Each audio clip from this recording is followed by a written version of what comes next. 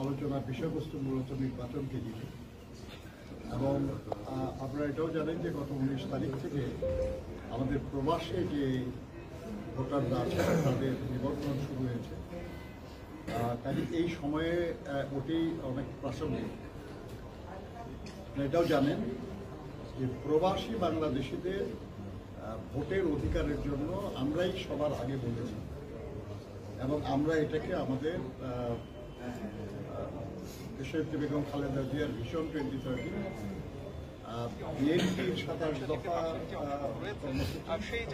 এবং আন্দোলনের অত সব দলগুলির সঙ্গে মিলে আমরা যে 31 দফা কর্মসূচি ঘোষণা করেছিলাম এই দাবি তার অন্তর্ভুক্ত ছিল। সেই সময় অন্যদের কারণ এই দাবি ছিল না।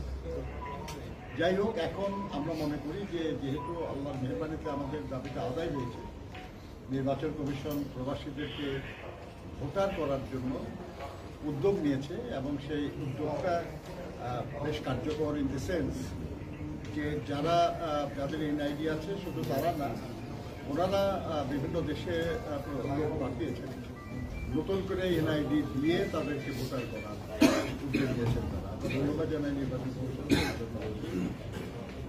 আমরা আজকে তাদের সঙ্গে একটু আলোচনা করেছি যে তালিকা আমরা দেখেছি যে বিভিন্ন দেশে যারা প্রবাসী আছে তাদের ভোটার করার ব্যাপারে যে শিডিউলটা ঘোষণা করা হয়েছে, সেখানে কয়েকটা দেশে যেখানে আমাদের প্রবাসী বাংলাদেশিদের সংখ্যা অনেক বেশি, যেমন সৌদি আরব বা ইউএই এরকম দেশের মতো দেশে প্রচুর বাংলাদেশি এবং তাদের অনেকেই বিভিন্ন এমন স্থানে বসবাস করেন যেখানে অন্যান্য দেশের মতো তাদের ভোটার হওয়া বা নিবন্ধিত হওয়ার সুযোগ কঠিন। তো সেই জন্য আমরা তাদেরকে অনুরোধ করেছি যে যেসব দেশে প্রবাসী বাংলাদেশিদের সংখ্যা বেশি, যেখানে যোগাযোগ ব্যবস্থা বা যাতায়াত ব্যবস্থা সমস্যা আছে, যেখানে তাদের নিবন্ধিত হওয়ার সুযোগ কঠিন, সেই সব জায়গায় নিবন্ধনের সময় বাড়ানোর জন্য আমরা আমাদের দলকে অনুরোধ করেছি, যাতে সর্বোচ্চ সংখ্যক বাংলাদেশিরা ভোটার হতে পারেন এবং নির্বাচনী প্রক্রিয়ায় অংশগ্রহণ করতে পারেন। নির্বাচন কমিশনের পক্ষ থেকে আমাদেরকে আশ্বস্ত করা হয়েছে যে তাদের শিডিউলে একটা সুযোগ আছে যে সমস্ত নিবন্ধন শেষ হয়ে যাওয়ার পরে কয়েকটা দিন যারা বাদ পড়বে, যারা এর মধ্যে নিবন্ধিত হতে পারবে না, তাদেরকে নিবন্ধিত করার একটা সুযোগ থাকে। তো আমরা মনে করি যে এটা অত্যন্ত ভালো একটা অবস্থা যে যারা ইতিমধ্যে নিবন্ধিত হতে পারবেন না তারা ওই অতিরিক্ত সময়ে নিবন্ধিত হতে পারবেন। আমরা নির্বাচন কমিশনকে আরেকটা অনুরোধ করেছি যে যেহেতু প্রবাসে যারা থাকেন তাদের খুব কম মানুষেরই ন্যাশনাল আইডি আছে, নানা কারণে, বাস্তব কারণেই তাদের বেশিরভাগ লোকেরই এনআইডি নাই। এই যে নতুন করে এনআইডি দেওয়ার এবং তাদের ভোটার করার যে উদ্যোগ, সেই উদ্যোগও মানে সব দেশে এটা হয় নাই এবং এটার যথেষ্ট সময়ও ছিল না যে সবাইকে এনআইডি অন্তর্ভুক্ত করা যায়। সেই জন্য আমরা তাদেরকে অনুরোধ করেছি যে এনআইডির পাশাপাশি তাদের যে পাসপোর্ট, বাংলাদেশের পাসপোর্ট, এই পাসপোর্টকে তাদের পরিচিতি হিসাবে গ্রহণ করে তাদেরকে ভোটার তালিকায় অন্তর্ভুক্ত করার জন্য আমরা অনুরোধ করেছি। আমরা জানি, আমরা একমত তাদের সঙ্গে যে অনেক পাসপোর্ট মানে ফেক পাসপোর্ট আছে। আমরা জানি যে অনেক যারা বাংলাদেশের পাসপোর্ট পাওয়ার যোগ্য না, প্রাপ্য না, এমন অনেক মানুষও গত সরকারের আমলে বাংলাদেশের পাসপোর্ট পেয়েছে। অনেকেই দুর্নীতি অনাচারের মাধ্যমেও সংগ্রহ করেছে। আমরা অবশ্যই চাই না যে তারা বাংলাদেশে ভোটার হোক।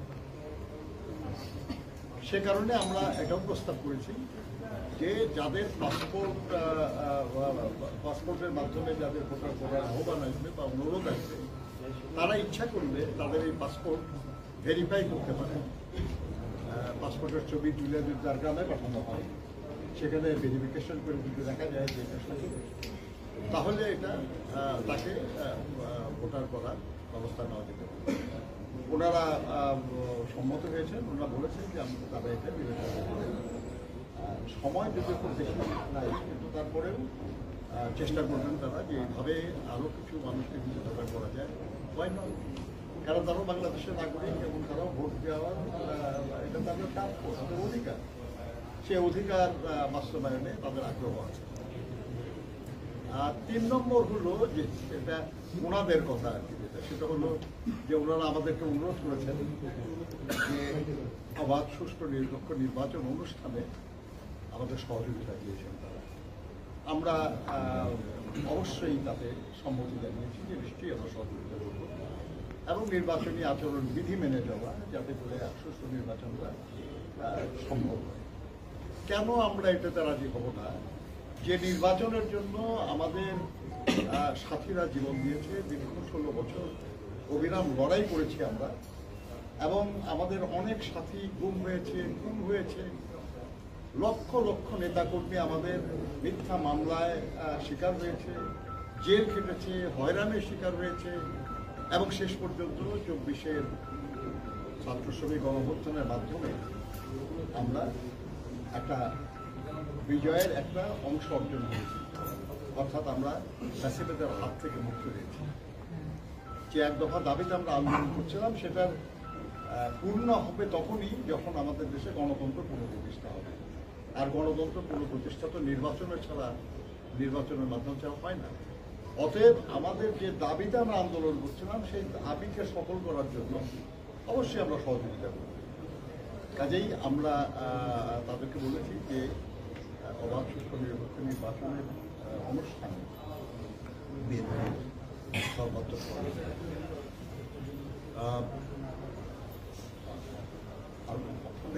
বিষয়ে আলোচনা, কিন্তু মূলত এই প্রসঙ্গগুলি আলোচনার গণভোটের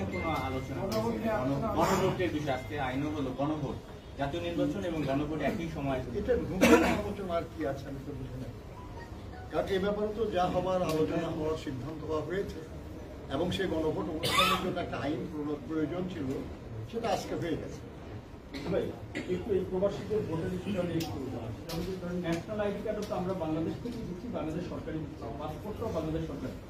প্রবাসীরা কিন্তু ন্যাশনাল আইডি কার্ড নিয়ে ফিজিক্যালি নিয়ে তারা কিন্তু প্রবাসী যায় না, এটা বেশিরভাগ ক্ষেত্রে হয়েছে। আরেকটা ব্যাপার হলো যে নির্বাচন কমিশন এবং আমাদের যে দূতাবাসগুলো আছে, তারা যেইভাবে প্রচারণা করছে এটা নিয়ে, নির্বাচন কমিশনের যে ইউটিউব চ্যানেল তারা একটা করেছে, সেখানকার চিত্র দেখলে এটা আমরা বুঝবো যে ওনারা আসলে আসলেই চান কিনা যে প্রবাসীরা ভোটার হোক বা নিবন্ধন করুক। দূতাবাসও একইভাবেই শুধুমাত্র একটা ফটো কার্ড, 2-3টা ফটো কার্ড তারা দায় সারা পোস্ট করে রেখেছে। এতে করে আমাদের সাধারণ প্রবাসী কর্মী যারা হয়তো কোনো মতে বাংলা লিখতে জানে, সৌদি আরবে 37 লাখের মতো প্রবাসী ধরুন সেখানে গেছে, এই জায়গাতে আসলে এটা দিয়ে সম্ভব কিনা, আন্তরিকতা আছে কিনা ওনাদের মধ্যে, দুটা বিষয়। আপনি দেখেন এই বিষয়টা তো এইবারই প্রথম মাস স্কেলে শুরু হয়েছে। পোস্টাল ব্যালটের বিধান আমাদের বহু বছর ধরে আছে, নির্বাচনের শুরু থেকেই আছে, কিন্তু গত নির্বাচনে ওটা কত 400 কতজন ভোটার দিয়েছে, 154 জনটা কতজন ভোট দিয়েছে। সেই জায়গায় এবার আমরা যতটুকু শুনেছি আর কি, যে গত 19 তারিখ থেকে নিবন্ধন শুরু হয়েছে এবং বাই দিস টাইম প্রায় 32,170 অলরেডি নিবন্ধিত হয়েছে।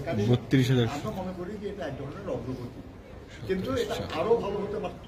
মানে ব্যাপারটা হচ্ছে যে আর কতই না ভালো হতে পারতো, কত বিষয়, কিন্তু এই অনেক ভালো হতে পারতো। এটা যেমন আমাদের কাঙ্ক্ষিত, তেমনি যা হয়েছে সেটাকে আমরা মনে করি আর কি যে চেষ্টা হচ্ছে। অবশ্যই আপনারা জানেন যে আমি নিজেও রাষ্ট্রদূত ছিলাম, আমি জানি যে বাংলাদেশের এমবাসিগুলির সক্ষমতাও কিন্তু যথেষ্ট না, যতটুকু আছে হয়তো এর চেয়ে বেশি করা সম্ভব ছিল আর কি, কিন্তু এ ব্যাপারে আরো চেষ্টা করতে হবে। নির্বাচন কমিশনও তো এর আগে কখনো এই কাজটা করে নাই, এই কাজটা এবারই কিন্তু তারা প্রথম শুরু করেছে, কাজে কিছু ত্রুটি তো থাকতেই পারে।